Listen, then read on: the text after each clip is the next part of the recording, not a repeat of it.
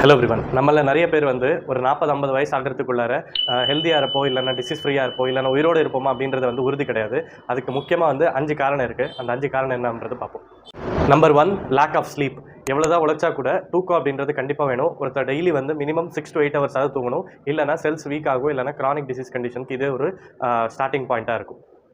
Second, lack of physical activity. நிறைய பேர் உட்கார்ந்து வேலை பார்க்குறோம், இல்லைனா லேப்டாப்ல நிறைய நேரம் வேலை பார்க்கறதுனால ஃபிசிக்கல் ஆக்டிவிட்டி அப்படின்றது ரொம்ப குறைவாக இருக்கும். ஸோ கூடிய சீக்கிரத்தில் வந்து டயபெட்டிஸ், ஹைப்பர் டென்ஷன் இந்த மாதிரி கம்ப்ளைண்ட் வரதுக்கு ரொம்ப காமனாக இருக்கும். Third one, excessive stress. இந்த ஸ்ட்ரெஸ் அதிகமாக இருக்கிறதுனாலேயே பாதி ப்ராப்ளம்ஸ் வந்து இன்டர் கனெக்டடாக வந்து நமக்கு டயபெட்டிஸ் ஆகட்டும், இல்லை ஹைப்பர் டென்ஷன், தைராய்டு, பிசிஓடி இந்த மாதிரி ப்ராப்ளம்ஸ்க்கு இது ஒரு ரீசனாக இருக்குது. Smoking and alcohol. ஸோ இது அதிகமாக பண்ணுறதுனால நம்ம லிவர், கிட்னி எல்லாம் வீக் ஆகும். அதோடு சேர்ந்து நிறைய கிரானிக் கம்ப்ளைண்ட்ஸ் கூட வரும். ஃபிஃப்த் ஒன், இதுதான் வெரி இம்பார்ட்டன்ட் ஒன். நம்ம ஃபுட் ஹேபிட் யாருமே வந்து ப்ராப்பர் பேலன்ஸ்ட் டயட் எடுத்துக்காமல் இருக்கும். So maximum people are having junk food இல்லைனா ப்ராசஸ்டு ஃபுட் அதிகமாக எடுக்கிறதுனாலே வந்து அதிகமான ப்ராப்ளம்ஸ் கூட வருது. தேங்க்யூ.